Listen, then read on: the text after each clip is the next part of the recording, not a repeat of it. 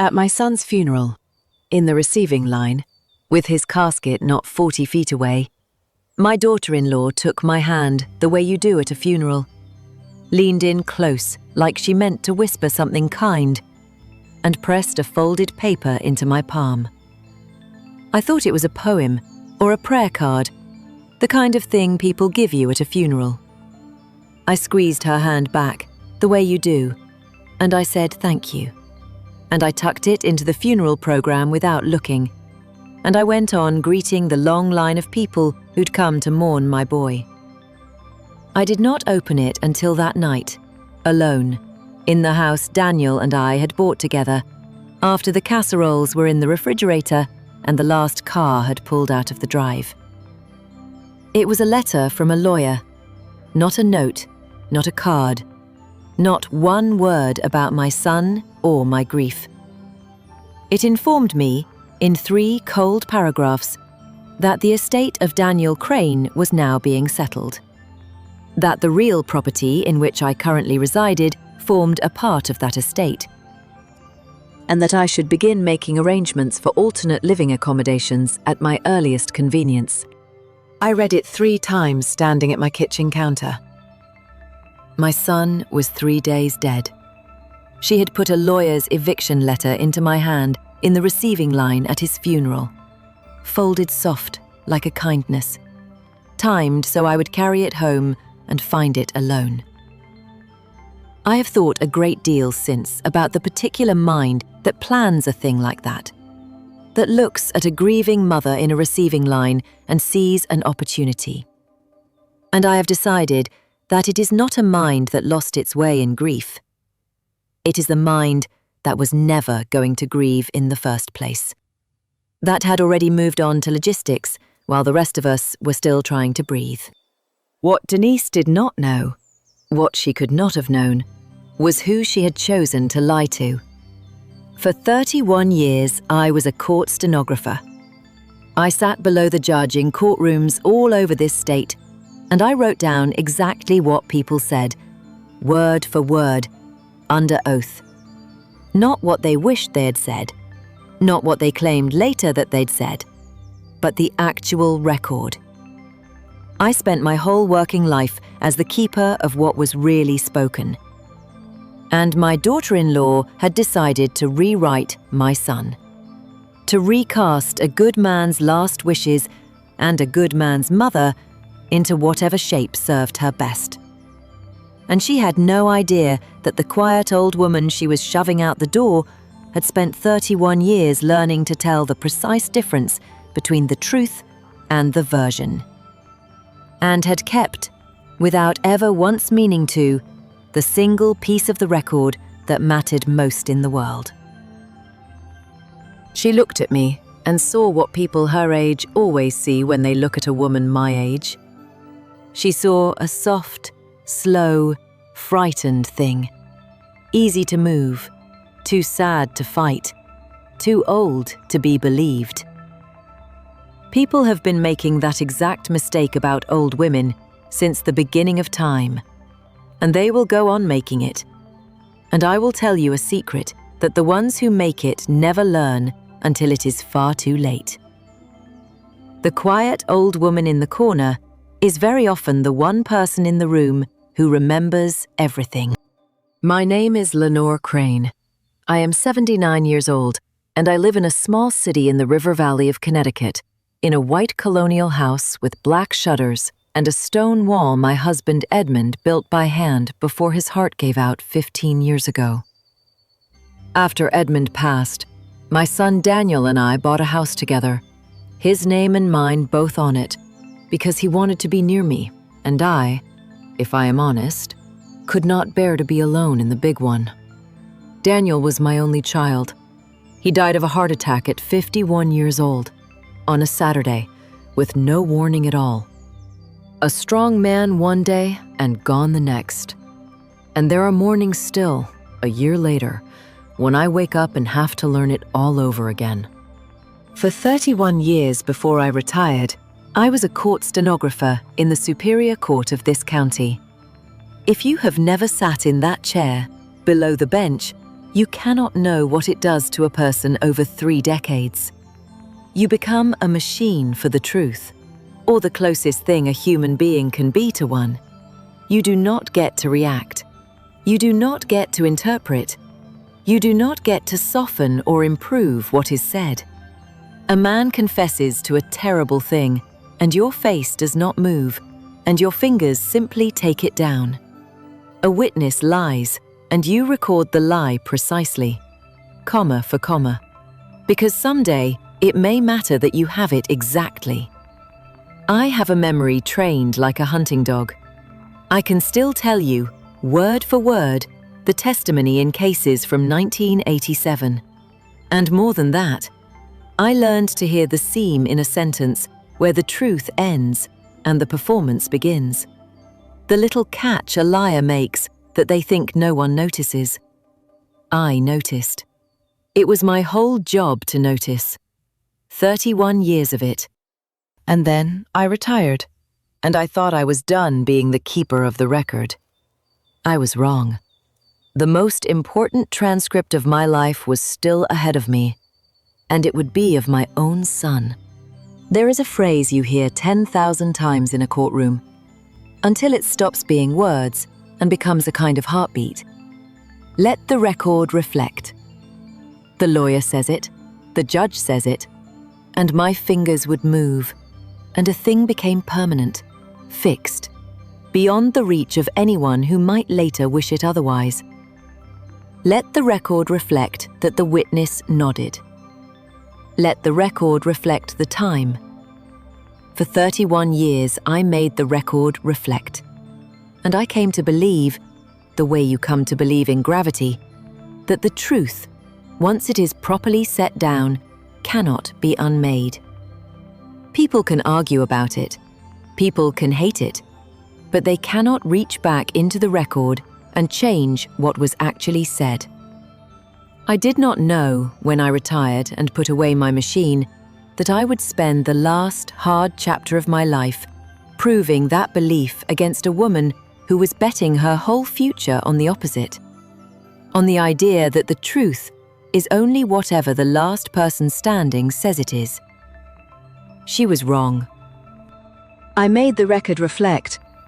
It is the only thing I have ever truly known how to do, and it turned out to be enough. Let me set one thing down plain and not return to it, because it is the line the whole record is built on. People will rewrite the dead. They will.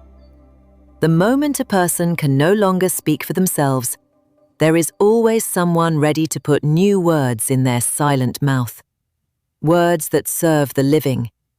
And the only thing that stands between a dead man and that theft of his own truth is whoever loved him enough to remember exactly what he actually said. I was that person for my Daniel. I had it, word for word. Hold on to that, because it is the whole of why I am still in my house tonight. Let me tell you about my son, and about the woman he married. And I will try to be fair to her, because the record requires it. Daniel was a gentle, decent man, an engineer, slow to anger and quick to forgive, the kind of man who remembered the names of everybody's children. He called me every Sunday at 4 o'clock for 30 years, and you could set a clock by it. When my knees went bad, he came over on a weekend and built me a ramp without my asking, measured it, leveled it, sanded it smooth, so I would never catch a splinter. One February, he drove 4 hours through a snowstorm because I'd sounded lonely on the telephone. And he never said a word about the drive, just showed up at my door with a bag of groceries and stayed the weekend. That was my son. I tell you these small things because they are the record, the true one, and because of what was later said about him. And because a man is the sum of what he actually did, not what someone needs him to have been. He married Denise when he was 34, and I want to be honest and tell you that I had my reservations from the start, and that I kept most of them to myself. because a mother who fights her son's choice only loses her son. Denise was sharp and capable, ambitious, and she never quite warmed to me. And I always had the sense, watching her across 17 years of holiday tables, that she kept a ledger, that every kindness was an investment she expected returned with interest. But Daniel loved her, and she was good to him in her way. And so, for 17 years, I held my tongue and set the extra place, and told myself the coolness between us was only two different kinds of women loving the same man. When Daniel and I bought the house together, his idea, his insistence, because he worried about me alone, I saw something flicker across Denise's face that I did not like. A quick, cold calculation. And I told myself I was a suspicious old woman imagining things. I was not imagining things. I have learned, in a long life, that the things we hurry to tell ourselves we are only imagining are most often the very things we are seeing clearly for the first time, and do not yet want to believe. If you have ever kept your peace for years to keep a fragile family whole, swallowing what you plainly saw because saying it out loud would cost you the very people you were trying to hold on to, then you already know the particular tiredness I carried into my son's death. The tiredness of the one who sees clearly and stays silent for love. If that is you, I would be glad just to know you are out there in the quiet tonight. And if you have a moment, tell me where you're listening from, because it steadies a person to know the room is not empty. But let me get on with it, because grief, it turned out, was only the first blow that season. And the second one came folded soft inside a funeral program, pressed into my hand by the last person on earth who should have been thinking about real estate. The cruelty of the timing is the part I still cannot fully hold. My son was 3 days in the ground. I had not yet washed the casserole dishes the neighbours brought. And Denise had already been to a lawyer. She did not come to me with her grief, because as far as I can tell, she did not have any. Not the kind that empties you out. She came at me with a strategy. The house Daniel and I bought together. The house with both our names on the papers, she had decided, was hers now. All of it. And I was to be removed from it. And the speed of it told me everything. You do not move that fast on a thing unless you had it planned before the body was cold. It escalated, and it escalated cold. First came the letter in the funeral program. Then, within a month, while I was still numb, Denise emptied my son's things. I drove by the house she and Daniel had shared, the one I did not live in, and there was an estate sale company's truck in the driveway, and strangers carrying my boy's life out the front door. His tools, his books, the good watch Edmund had left him, all of it tagged and priced, going to whoever had cash, before I had even been asked whether I might want a single keepsake of my only child. When I knocked, a stranger told me the homeowner had said no family members were to be admitted. No family members. I stood on my dead son's porch and was turned away from his own possessions by a hired stranger, while my daughter-in-law watched from an upstairs window and did not come down. That was the day I understood, fully and finally, that there was no grief in this woman to appeal to, that I was not dealing with a fellow mourner who had lost her way, but with an operation that had a schedule. And then, when I still did not pack my bags and vanish the way she had assumed an old widow would, came the next move. And this is where Denise made her mistake. The mistake the greedy always make, which is that she could not leave well enough alone. She had to have every last inch of it. She produced a document, a quitclaim deed, her lawyer called it, that purported to show my son Daniel transferring his entire interest in our house to her, his wife, signed and dated just 11 days before he died.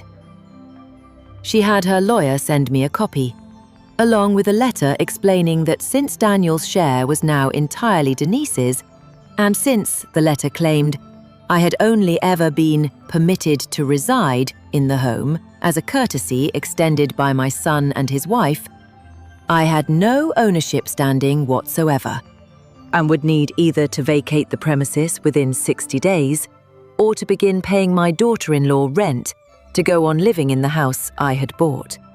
Permitted to reside, as a courtesy, in the home where half the down payment had come out of Edmund's life insurance, where my name was on the original deed in black ink, where I had hung my dead husband's photographs. She was not only stealing the house, she was rewriting the history of it, turning an owner into a guest and a mother into a freeloader.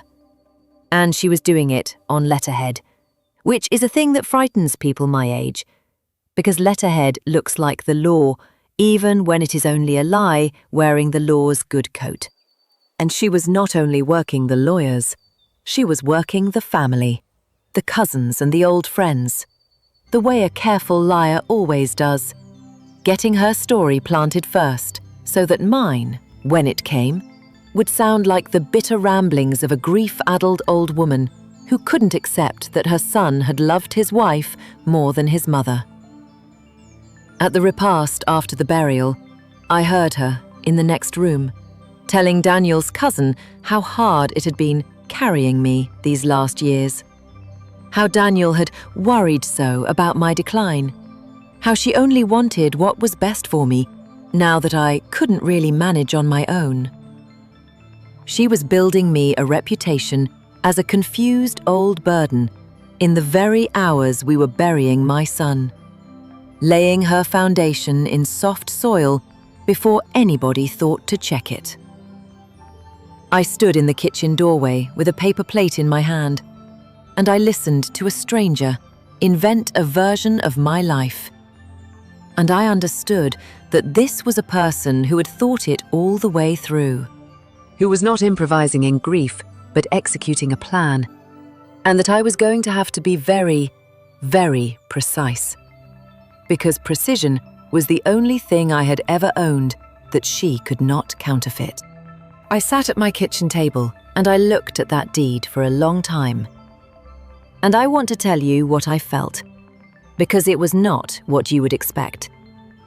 It was not panic. It was the old, cold, familiar feeling I used to get in the courtroom when a smooth witness on the stand began, ever so reasonably, to lie. Because I knew that deed was false. I knew it the way I know my own name. My son did not sign that paper. And I knew it not from a mother's faith and not from a feeling in my chest, but from the record. Because I knew exactly where Daniel was 11 days before he died, and exactly what he was doing, and exactly what he said to me. And a stenographer does not forget the record. But before I tell you how I knew, I have to tell you about the lowest night, because I nearly let her win, and the record requires that I not leave it out. After the deed came, Denise grew bolder, the way liars do when the first lie isn't challenged. She came to the house herself, finally, the only time she ever did after the funeral. And she stood in my son's kitchen in her good coat, and she told me, flatly, with no more feeling than a woman reading a grocery list, that Daniel had always found me a burden, that he'd confided in her, over the years, how trapped he felt with his mother hanging around his neck, that buying the house with me had been my manipulation and never his love, that he'd done it to shut me up, that the kindest thing now, the dignified thing, would be for me to accept reality and move myself into a facility before I humiliated myself in a courtroom. I was far too old and too confused to understand. She was rewriting him to my face. She was taking my gentle son, who called me every Sunday at 4, who built me a ramp, who drove through a blizzard because I sounded lonely, and she was repainting him as a man who resented and was ashamed of me. And she was doing it, not out of cruelty for its own sake, but because she had calculated, correctly, that the surest way to break an old woman is not to take her house. It is to poison her memories of her dead child, to make her doubt whether the love that is now the only thing she has left was ever even real. And it nearly worked. I sat alone that night in the dark of Daniel's kitchen, and I thought, maybe I should just go. He is gone. What does a house matter now? What does any of it matter, with my boy in the cold ground? Maybe fighting his widow over property and old deeds is undignified, beneath me, beneath him. Maybe I should let her have it all and keep what little peace I have left. I had very nearly talked myself into surrender, into letting her version stand unchallenged, when I understood, all at once, what surrender would actually mean. It would not merely cost me the house. It would make her lie about my son the official and lasting record. It would let Daniel go down in the family's memory, and in the court's file, as a man who'd resented his mother, when he had been the exact and precise opposite. And I was the last person left alive who could prove it. And a woman who spent 31 years guarding the record does not sit quiet while the record is falsified about the one human being she loved most in this world. Not while there is breath in her.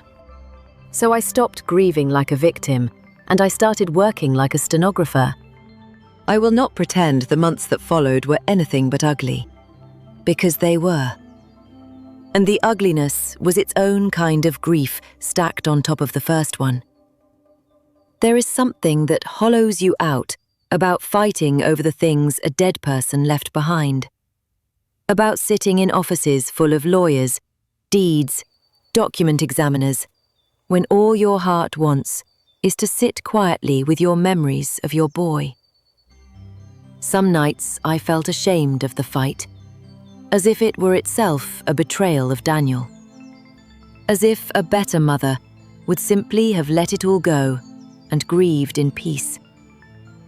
I had to remind myself, again and again in the dark, that I was not fighting for a house. I had a roof either way. I was fighting for him, for the true record of a good and gentle man, against a woman who would otherwise have him remembered as petty, trapped, ashamed of his own mother. That was worth the ugliness. Some things are, but defending the truth is not clean, and it is not painless, and it does not feel noble while you are inside it. It mostly feels like exhaustion and doubt, like the particular loneliness of being the last one left who knows. You do it anyway. That is what the doing is. And here is what I had. The one piece of the record that Denise never knew existed and could never have accounted for. 11 days before he died, the very day her forged deed was dated, my son called me. It was an ordinary Sunday call, the 4 o'clock call, the kind we had shared 1,000 times. I missed it. I was in the garden, and so he left a message. And I am a woman who, out of 31 years of unbreakable habit, does not delete a voicemail and writes the important things down. When I came in and saw I'd missed Daniel, I played his message. And then, because something in his voice made me want it kept, and because keeping the spoken word exactly is simply what my hands have done my whole life, I took out the little spiral notebook I have carried since 1991, and I transcribed his message into it, word for word, dated, the way I had transcribed 10,000 days of other people's lives. I did not know I was preserving evidence. I thought I was just being myself. But the habits of a lifetime are sometimes the harbor you didn't know you were building. And in that message, my living son, in his own warm voice, said this, and I know it exactly, because I have it exactly. He said, "Hey Ma, it's me. Listen, I talked to Denise again last night about the house, and I told her straight out, the house stays in your name no matter what happens to me. You are protected. That part is final. I don't care whether she likes it or not. I'm going to call Howard at the law office first thing Monday and put the whole thing down in writing so there's never any question for anybody. Okay? Don't worry about it. Love you, Ma. Talk Sunday." That was 11 days before he died. He died that Saturday in his own kitchen with no warning. He never made it to Monday. He never called Howard.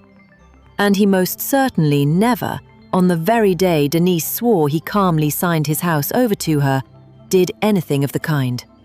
Because on that day, he was on the telephone with his mother, promising her the exact and precise opposite. And his mother wrote it down.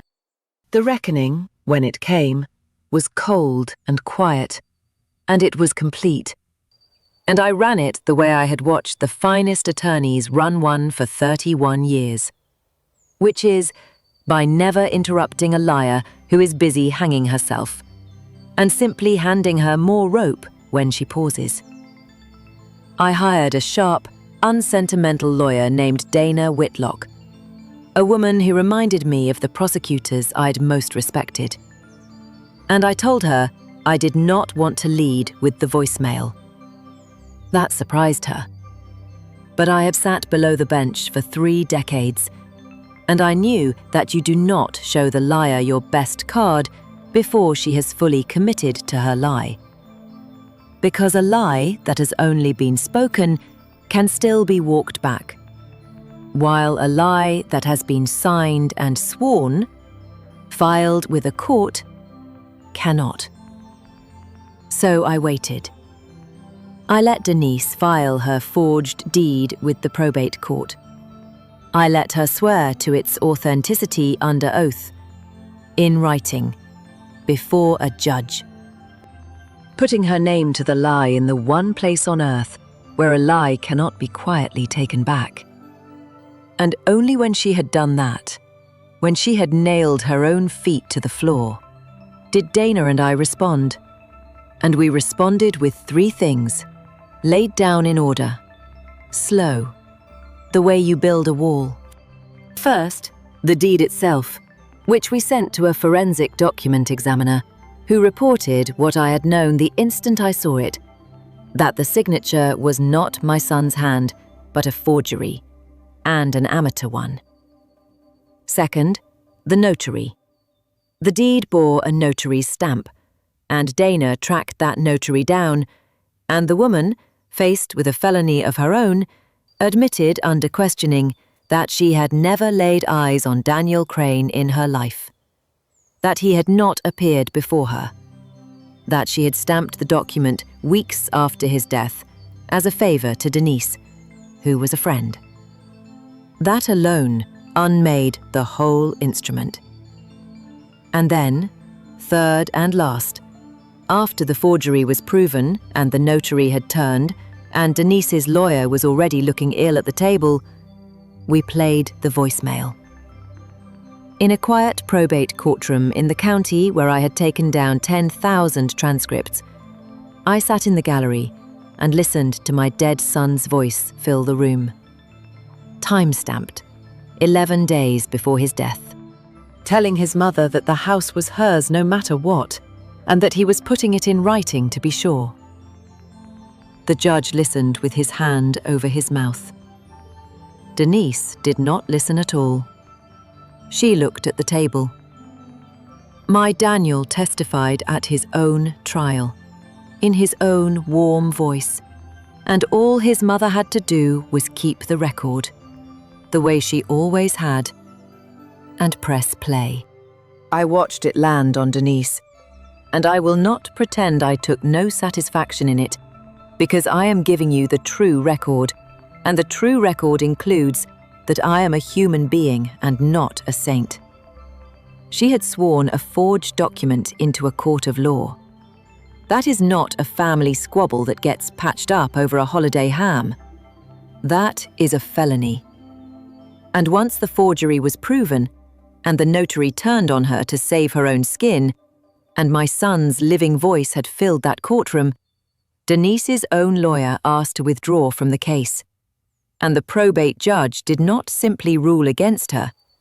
He referred the whole matter to the state's attorney. The woman who pressed an eviction letter into my hand at my son's funeral is now, I am told, facing charges of forgery, fraud, and perjury that may cost her a great deal more than the house she tried to steal. She got nothing. The deed was voided as the forgery it was. The house, which had been mine by right and by my son's clearly spoken wish the entire time, stayed mine and stays mine tonight. And Daniel's true wishes, the real and spoken ones, were entered into the permanent record of the court, which is the one place in this whole uncertain world that I have always trusted to hold the truth still, where no one can ever revise them again.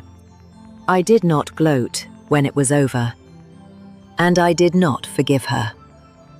And I want to be honest that I feel no warm and tidy resolution about any of it, because there is none to feel.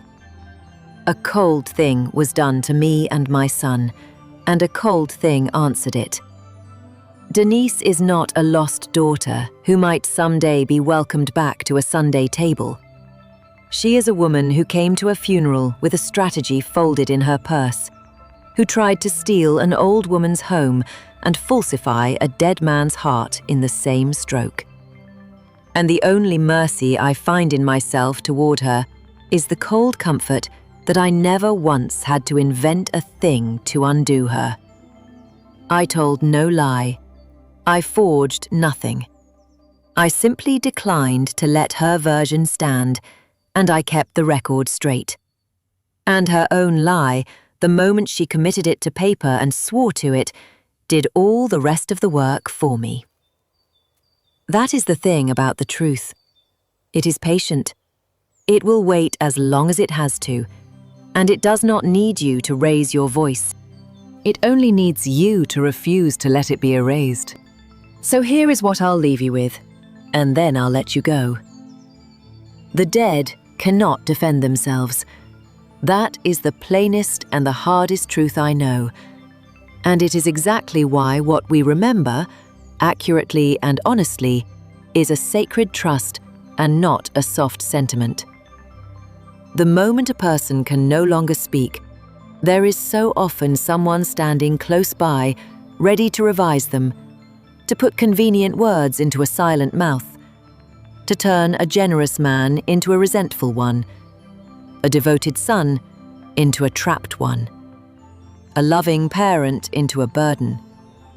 Because the living have uses for the dead, that the dead can no longer refuse them. Do not let it be done. If you have loved someone, then hold the actual record of who they truly were, the real words, the true acts, the Sunday calls and the ramps built and the drives through the snow.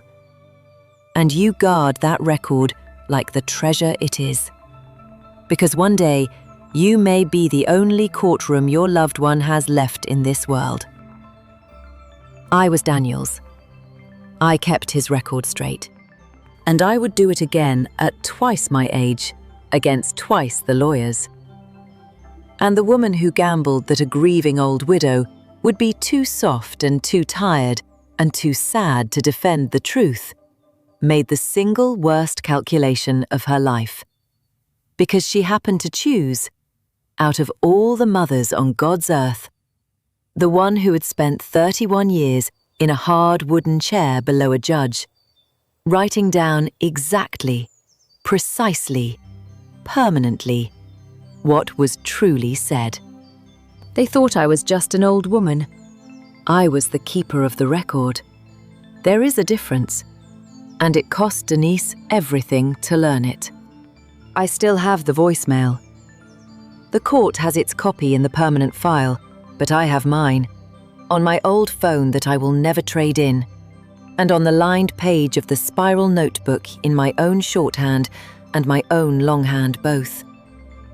I do not play it often, but some Sunday afternoons, around 4 o'clock, when the house is very quiet and the light goes long across Edmund's stone wall, I will sit down and I will play my son's voice one time, just to hear him say, "Hey Ma, it's me," the way he said it 1,000 Sundays, and to hear him promise to take care of me, which, as it turned out, he did. 11 days early, from the far side of his own death, with nothing but a few ordinary loving words his mother happened to write down.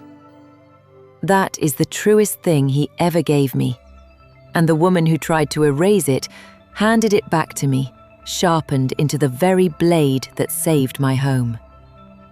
There is a justice in that I did not design and could not have.